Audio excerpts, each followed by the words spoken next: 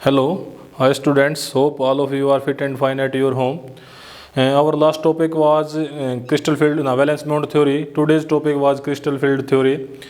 Start करते हैं बेटा क्रिस्टल फील्ड थ्योरी के बारे में।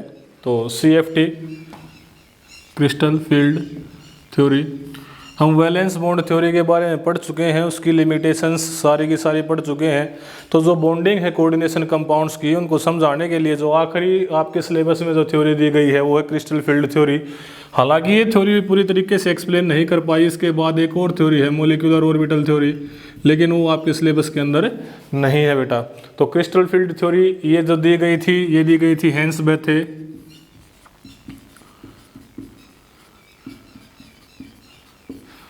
जॉन वैन ब्लैंक, इन दोनों साइंटिस्टों ने मिलकर काम किया था, हेंस बेथे और जॉन वैन ब्लैंक ने। तो अब इसके मेन जो पॉइंट्स हैं क्रिस्टल फील्ड थ्योरी के, उनको पढ़ते हैं बेटा। क्या वो जो मेन पॉइंट्स थे क्रिस्टल फील्ड थ्योरी के जो उन्होंने एक्सप्लेन किए। तो पहला जो पॉइंट था हमारा, देखो वैलेंस बॉन्ड थ्योरी में, वैलेंस बॉन्ड थ्योरी ये जो बताती है कि जो मेटल और लीजेंड्स के बीच में जो बॉन्ड होंगे, मेटल और लीजेंड्स के बीच में जो बॉन्ड बनेंगे वो क्या होंगे भाई, प्योरली कोवैलेंट बॉन्ड होंगे, covalent bonds. Valence bond theory हमें बताती है मेटल और लीजेंड्स के बीच में जो बॉन्ड बनेंगे वो कोवैलेंट बॉन्ड बनेंगे। लेकिन जो हमारी क्रिस्टल फील्ड थ्योरी है ये क्या कहती है कि जो मेटल और लीजेंड्स के बीच में बॉन्ड अराइज होंगे, bonds will be ionic bond. Force of attraction जो होगी बेटा, वो force of attraction will be purely electrostatic force of attraction. तो मेटल और लीजेंड्स के बीच में जो बॉन्ड बनेंगे बेटा यहाँ पर क्रिस्टल फील्ड थ्योरी में, वो आयनिक बॉन्ड होंगे, और जो फोर्स ऑफ अट्रैक्शन होगी उनके बीच में वो क्या होगी, purely electrostatic force of attraction. इसी तरीके की फोर्स ऑफ अट्रैक्शन आपने पढ़ी थी NaCl के बीच में, NaCl जब सोडियम क्लोराइड हमारा बनता है तो आपने देखा होगा कि जो फोर्स ऑफ अट्रैक्शन हमारी होती है सोडियम क्लोराइड में, वो कैसी होती है बेटा, purely electrostatic force of attraction होती है। लेकिन यहाँ पर जैसे हम जो वैलेंस बॉन्ड थ्योरी में बताती है कि जो मेटल और लीजेंड्स के बीच में फोर्स ऑफ अट्रैक्शन होगी वो कोवैलेंट बॉन्ड्स की फोर्स ऑफ अट्रैक्शन होगी। लेकिन क्रिस्टल फील्ड थ्योरी का जो पहला पॉइंट है वो यही है कि कंसीडर करें कि जो हमारी मेटल और लीजेंड्स के बीच में जो बॉन्डिंग होगी वो आयनिक बॉन्डिंग होगी और force of attraction purely electrostatic. NaCl ये क्या है, हमारे जो पहला चैप्टर हमने पढ़ा था, क्रिस्टल लैटिस होता है, इनका क्रिस्टल्स होते हैं, इसीलिए इसका पूरा नाम क्या है, क्रिस्टल फील्ड थ्योरी। दूसरा पॉइंट क्या बेटा, ये जो लीजेंड्स हैं, लीजेंड्स को पॉइंट नेगेटिव चार्ज मानते हैं, नेगेटिव चार्ज। लीजेंड्स को क्या मानते हैं बेटा, यहाँ पर जो क्रिस्टल फील्ड थ्योरी है उसमें पॉइंट नेगेटिव चार्ज मानते हैं। हमें पता है लीजेंड्स हमारे पास तीन तरीके के होते हैं, एनायनिक, न्यूट्रल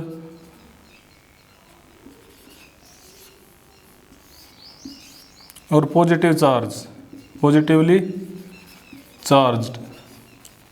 हम इनको कंसीडर नहीं करते, हमें सिर्फ एनायनिक और न्यूट्रल पढ़ने बेटा। एनायनिक कौन से होंगे, जिनके ऊपर नेगेटिव चार्ज होता है। न्यूट्रल वो होंगे जिनके पास क्या होंगे, लोन पेयर ऑफ इलेक्ट्रॉन्स होते हैं। ठीक है, तो जो हमारी क्रिस्टल फील्ड थ्योरी जो हमें बताती है बेटा, वो बताती है कि बॉन्ड्स क्या होंगे हमारे, आयनिक होंगे। अट्रैक्शन कौन सी होगी, purely electrostatic force of attraction होगी। लीजेंड्स को क्या माना गया है, पॉइंट नेगेटिव चार्ज माना गया है। ये क्या करेंगे बेटा, अपने आप को अरेंज करेंगे, अरेंज देमसेल्फ, अपने आप को अरेंज करेंगे किसके आसपास, जो हमारा सेंट्रल मेटल एटम है, सेंट्रल मेटल एटम जिसके ऊपर पॉजिटिव चार्ज है।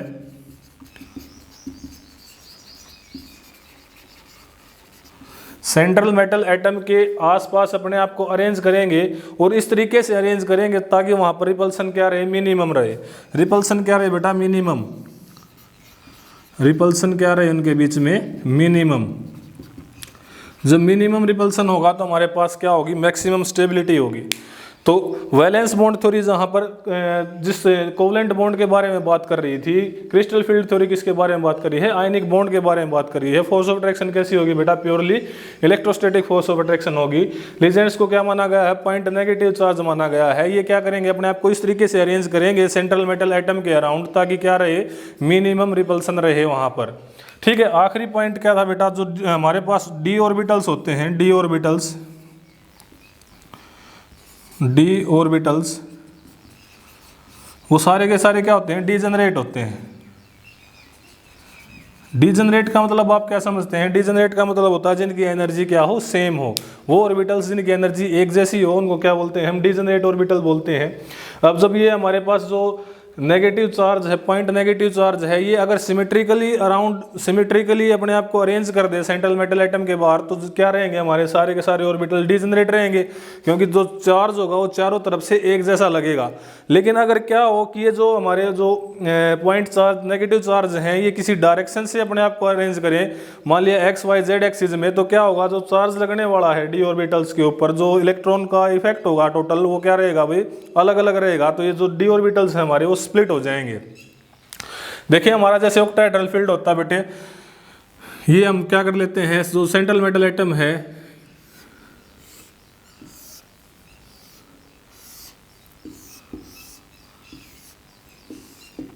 ये हमारी ज्योमेट्री है ऑक्टाहेड्रल। ये जो हमारे चार ए बी सी और डी, ये जो चार पॉइंट हैं ए बी सी और डी, ये एक प्लेन में है, और ई और एफ ये अबोव द प्लेन और बिलो द प्लेन है। तो मान लिया ये तीनों एक्स एक्सिस, वाई एक्सिस और जेड एक्सिस में है। अब लीजेंड्स जो हैं अगर सिमेट्रिकली अरेंज कर लें अपने आप को इनके अराउंड, तो क्या रहेगा भाई, ये सारे के सारे ऑर्बिटल्स जो हमारे डी ऑर्बिटल हैं वो डीजेनरेट रहेंगे। लेकिन क्या हो, अगर ये किसी एक्सिस के थ्रू अपने आप को अरेंज करें, मान लिया एक्स एक्सिस पे अरेंज कर ले, जो हमारे लीजेंड्स हैं वो अपने आप को वाई एक्सिस पे अरेंज कर लें या जेड पे अरेंज कर लें, तो क्या होगा, जो टोटल चार्ज है वो सिर्फ एक्सिस के ऊपर ज़्यादा लगेगा। अगर एक्स एक्सिस के ऊपर अरेंज कर रहे हैं तो एक्स एक्सिस के ऊपर लगेगा, वाई के ऊपर अरेंज करें तो वाई के ऊपर। तो जो भी ऑर्बिटल हमारा एक्स या वाई की रेंज में होगा, उसकी एनर्जी क्या हो जाएगी, या तो घट जाएगी या बढ़ जाएगी। इस तरीके से क्या रहेगा, वो डीजेनरेट नहीं रहेंगे, वो क्या हो जाएंगे, स्प्लिट हो जाएंगे। तो पढ़ते हैं बेटा, स्प्लिटिंग ऑफ डी ऑर्बिटल्स किसकी वजह से बेटा, जो लीजेंड्स हैं उनकी वजह से, किसमें, ऑक्टाहेड्रल फील्ड में। तो स्प्लिटिंग पढ़ते हैं ऑक्टाहेड्रल फील्ड में बेटा इनकी।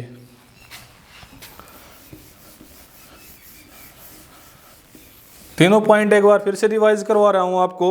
जो बॉन्ड्स होंगे हमारे वहां पर, ये क्या होंगे, आयनिक बॉन्ड्स होंगे। जो लीजेंड्स हैं उनको पॉइंट चार्ज माना गया है। ये अपने आप को इस तरीके से अरेंज करेंगे सेंट्रल मेटल के अराउंड की, ताकि जो रिपल्सन रहे वो मिनिमम रहे।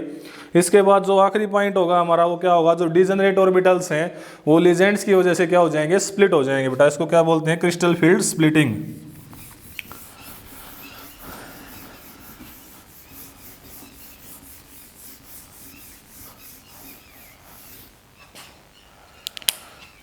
तो ये हमारा ऑक्टाहेड्रल जो शेप है वो है बेटा, सेंट्रल मेटल एटम एज्यूम करते हैं इसको। ये जेड एक्सिस है, वाई एक्सिस, एक्स एक्सिस,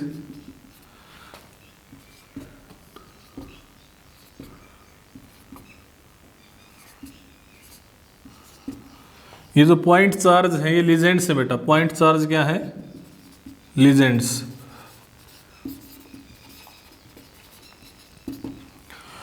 अब हमारे पास जो डी ऑर्बिटल्स हैं वो कितने होते हैं, 5 है बेटा। हमारे पास 5 डी ऑर्बिटल्स है।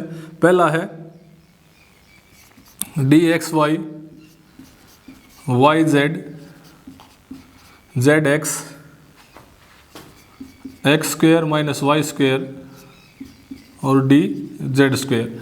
अब इनकी स्ट्रक्चर देखते हैं, D X Y. D X Y की स्ट्रक्चर कैसी होगी बेटा, एक्स एक्सिस, वाई एक्सिस,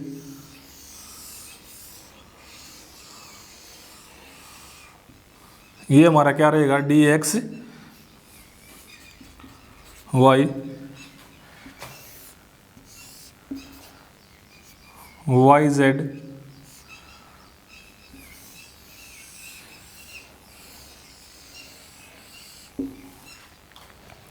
इसके बाद बेटा डी जेड एक्स,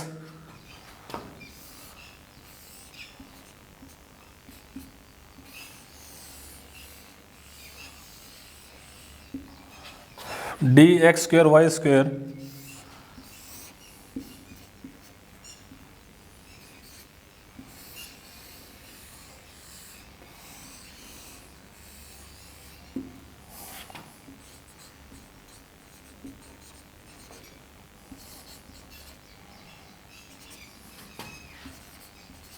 और जो आखिरी ऑर्बिटल होगा हमारा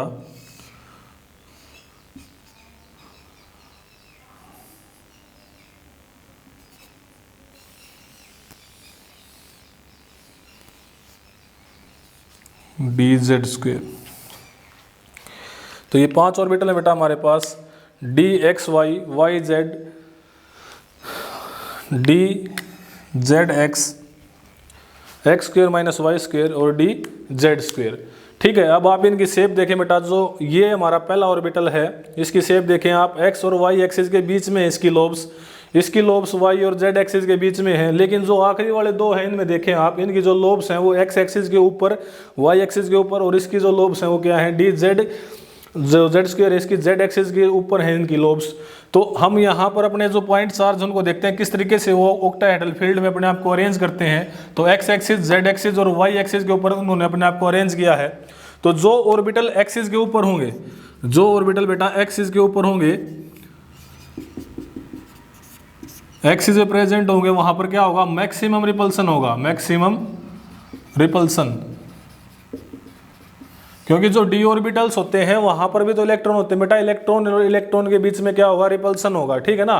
तो जो एक्सिस के ऊपर जो लोब्स हैं, लोब्स ये ऑर्बिटल की लोब्स होती क्या है, ये प्रोबेबिलिटी होती है मैक्सिमम जहां पर इलेक्ट्रॉन हम फाइंड कर सकते हैं। तो अब जो लोब्स मान लिया यहाँ पर प्रोबेबिलिटी ज्यादा है इलेक्ट्रॉन फाइंड करने की, और यहीं से लीजेंड्स अप्रोच कर रहा है जेड एक्सिस के ऊपर से, तो दोनों के बीच में क्या होगा, मैक्सिमम रिपल्सन होगा। तो जो ऑर्बिटल्स जिनकी लोब्स एक्सिस के ऊपर हैं उनकी एनर्जी बढ़ जाएगी। वो कौन से बेटा, D X square minus Y square और डी जेड स्क्वेयर। इन दोनों ऑर्बिटल्स की जो एनर्जी है वो क्या हो जाएगी, हाई हो जाएगी। और जो ऑर्बिटल्स जिनकी लोब्स क्या है, एक्सिस के बीच में, यहाँ पर कम रिपल्सन रहेगा, क्योंकि जो लीजेंड्स हैं आप देख सकते हैं उन्होंने अपने आप को अरेंज किस तरफ किया है, एक्सिस के ऊपर अरेंज किया है। और इन दोनों के लोब्स क्या, इन जो लोब्स हैं इनकी वो क्या बेटा, एक्सिस के बीच में है, इसलिए क्या होगा, यहाँ पर रिपल्सन मिनिमम होगा और जो एनर्जी क्या रहेगी इनकी, लो रहेगी। तो D Y Z, Z X और एक्स वाई, ये जो 3 ऑर्बिटल्स हैं इनकी एनर्जी क्या रहेगी बेटा, लो रहेगी। तो इस तरीके से क्या था, ये स्प्लिट हो गए हैं। 5 जो ऑर्बिटल जिनकी एनर्जी एक जैसी थी, जिनको हम डीजेनरेट ऑर्बिटल्स बोलते हैं, वो लीजेंड्स के अप्रोच करने के बाद क्या होगा, उनमें से 2 की एनर्जी हाई हो जाएगी और 3 की एनर्जी कम हो जाएगी। इस एनर्जी को कम या ज़्यादा होने के पीछे रीजन क्या है बेटा, जो आप लोब्स देखेंगे X square minus Y square की या डी जेड स्क्वायर की, ये क्या है, एक्सिस के ऊपर है। और जो लीजेंड्स हैं वो अपने आप को कहाँ अरेंज कर रहे हैं, एक्सिस के ऊपर। तो इलेक्ट्रॉन में रिपल्सन की वजह से इन दोनों ऑर्बिटल्स की जो एनर्जी है वो हाई हो जाएगी, और जो ये 3 ऑर्बिटल है इनकी एनर्जी मिनिमम रहेगी। ठीक है, अब इसका डायग्राम बनाते हैं बेटा, इसको समझने के लिए क्रिस्टल फील्ड स्प्लिटिंग को, कि कैसे क्या होगा हमारे पास।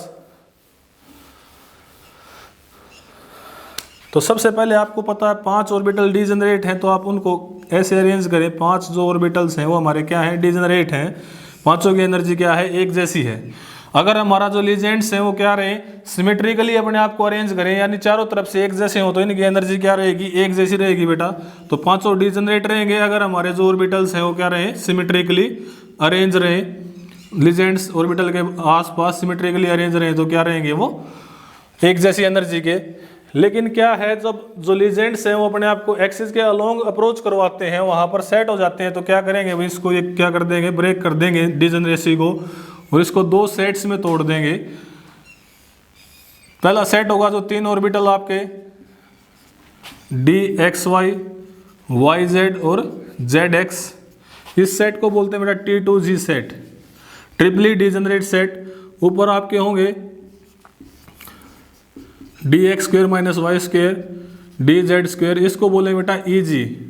ये जो सेंटर है इसको बोलते हैं बेरी सेंटर, बेरी सेंटर। यहां देखें आप, यहां पर जो एनर्जी होगी वो होगी बेटा 10D क्यू या और 1 डेल नॉट। जो यहां पर जो एनर्जी है इन ऑर्बिटल्स की वो 10D क्यू और 1 डेल नॉट होगी बेटा। अब जो एनर्जी यहाँ ऊपर की तरफ देखें, इनकी एनर्जी बढ़ गई है और इनकी एनर्जी घट गई है, तो ऊपर की तरफ बढ़ी है तो पॉजिटिव साइन रहेगा हमारे पास, ये 0.6 डेल नॉट और 6 डी क्यू। नीचे की तरफ एनर्जी घटी है तो हमारा माइनस का साइन रहेगा, -0.4 डेल नॉट और 4 D Q. Total energy can neither be created nor be destroyed, इसलिए टोटल एनर्जी हम आप जब ऐड करेंगे तो टोटल एनर्जी हमारे पास कितनी रहेगी, 10 डी क्यू और 1 डेल नॉट के बराबर रहेगी बेटा। तो D X Y Y Z और जेड एक्स इनकी एनर्जी घटी है तो माइनस का साइन रहेगा, इनकी एनर्जी बढ़ी है तो प्लस का साइन, ठीक है ना। ये माइनस और प्लस का साइन सिर्फ ये बताने के लिए है कि एनर्जी घटी है या एनर्जी बढ़ी है। ये आप ऐसे मत समझ लेना कि इसके ऊपर परमानेंट पॉजिटिव चार्ज है, इसके ऊपर नेगेटिव चार्ज है। ये सिर्फ ये समझाने के लिए कि ये एनर्जी घटी है तो आप माइनस का साइन लेंगे, एनर्जी बढ़ी है तो आप प्लस का साइन लेंगे। ये 5 डिजेनरेट ऑर्बिटल थे। यहां पर ये सिमेट्रिकल अगर लीजेंड्स फील्ड है, फील्ड ऑफ लीजेंड्स, तब एनर्जी है। इसके बाद ये क्या है, splitting.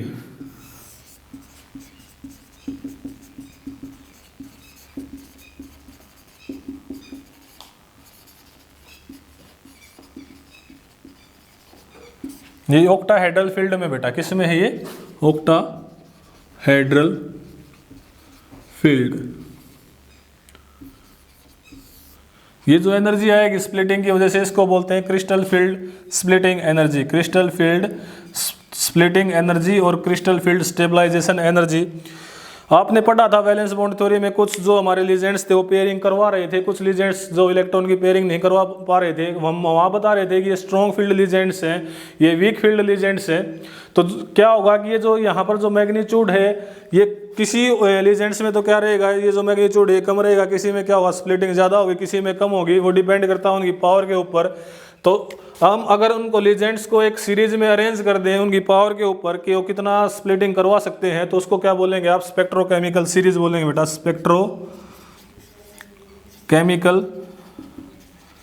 Series.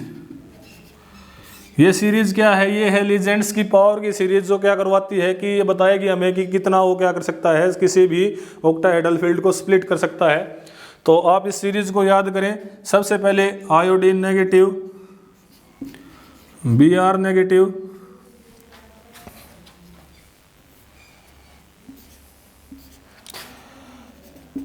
S2 negative, SCN negative, Cl, F, OH, C2O42 negative, O2 negative, H2O,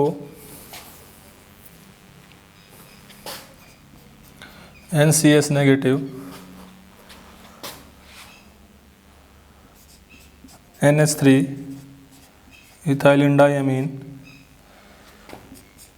NO2 negative, Cn negative और CO। ये स्पेक्ट्रोकेमिकल सीरीज है अकॉर्डिंग टू पावर। सबसे कम जो स्प्लिटिंग करवा सकता है वो लीजेंड्स आई नेगेटिव है, सबसे ज़्यादा जो स्प्लिटिंग करवा सकता है वो लीजेंड CO है। तो ये जो 4 लीजेंड्स हैं इनको आप याद रखें, ये स्ट्रॉन्ग फील्ड लीजेंड्स हैं बेटा। बाकी जो बच गए हमारे, ये क्या है बेटा, वीक फील्ड लीजेंड्स।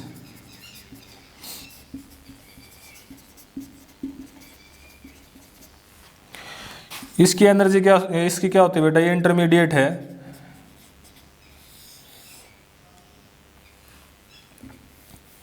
ना तो ये स्ट्रॉन्ग फील्ड है और ना ही क्या है, ये वीक फील्ड है, ये इंटरमीडिएट है बेटा। ये स्ट्रॉन्ग फील्ड है, आपको चारों याद रखने हैं। ये क्या करवाएंगे, इलेक्ट्रॉन्स की पेयरिंग करवाएंगे, पेयरिंग ऑफ इलेक्ट्रॉन्स। और जब भी ये प्रेजेंट होंगे तो हमारे पास जो कॉम्प्लेक्स आएगा वो लो स्पिन कॉम्प्लेक्स बनेंगे, लो स्पिन कॉम्प्लेक्सेस। ये इलेक्ट्रॉन की पेयरिंग नहीं करवा सकते, तो यहाँ पर जो कॉम्प्लेक्स बनेंगे वो क्या बनेंगे बेटा, हाई स्पिन कॉम्प्लेक्सेस। तो जब वैलेंस बॉन्ड थ्योरी में हम बता रहे थे कि कुछ से जो हमारे कॉम्प्लेक्स बनते हैं उनके अंदर तो पेयरिंग हो जाती है, कुछ के अंदर पेयरिंग नहीं हो पाती, वो वहाँ पर ये नहीं बता पाया था कि कौन सा जो हमारा स्ट्रॉन्ग फील्ड लीजेंड है, कौन सा जो है वो वीक फील्ड लीजेंड्स हैं। तो ये जो हमारे 4 जो लीजेंड्स आए हैं ये क्या है, ये स्ट्रॉन्ग फील्ड लीजेंड्स हैं। ये जिस भी कॉम्प्लेक्स में प्रेजेंट होंगे वहाँ पर क्या करवाएंगे, पेयरिंग करवाएंगे इलेक्ट्रॉन्स की। जितने भी अनपेयर्ड इलेक्ट्रॉन्स होंगे उनको क्या करेंगे, पेयर करवाने की सोचेंगे। तो जो कॉम्प्लेक्स बनेगा वो लो स्पिन कॉम्प्लेक्स बनेगा। जो ये लीजेंड्स हैं हमारे, ये क्या सोचते हैं कि जो अनपेयर्ड इलेक्ट्रॉन्स हैं वो ऐसे के ऐसे रहें, तो जो कॉम्प्लेक्स बनेगा बेटा वो क्या बनेगा, हाई स्पिन कॉम्प्लेक्स बनेगा। तो ऑक्टाहेड्रल फील्ड में आपने स्प्लिटिंग पढ़ी, ये जो क्या करेंगे, ये बहुत ज़्यादा स्प्लिट करवा देंगे, इस मैग्नीट्यूड को बढ़ा देंगे। इनके जो वीक फील्ड लीजेंड्स हैं ये इसके मैग्नीट्यूड को इतना ज़्यादा नहीं बढ़ा सकते। तो क्रिस्टल फील्ड थ्योरी के मेन पॉइंट्स पढ़े आपने, ऑक्टाहेड्रल फील्ड में स्प्लिटिंग पढ़ी और spectrochemical series. Hope all of you understood this topic very well. If you have any confusion about this topic, you can send me on my WhatsApp number or in doubt session of Zoom classes. Thank you, beta.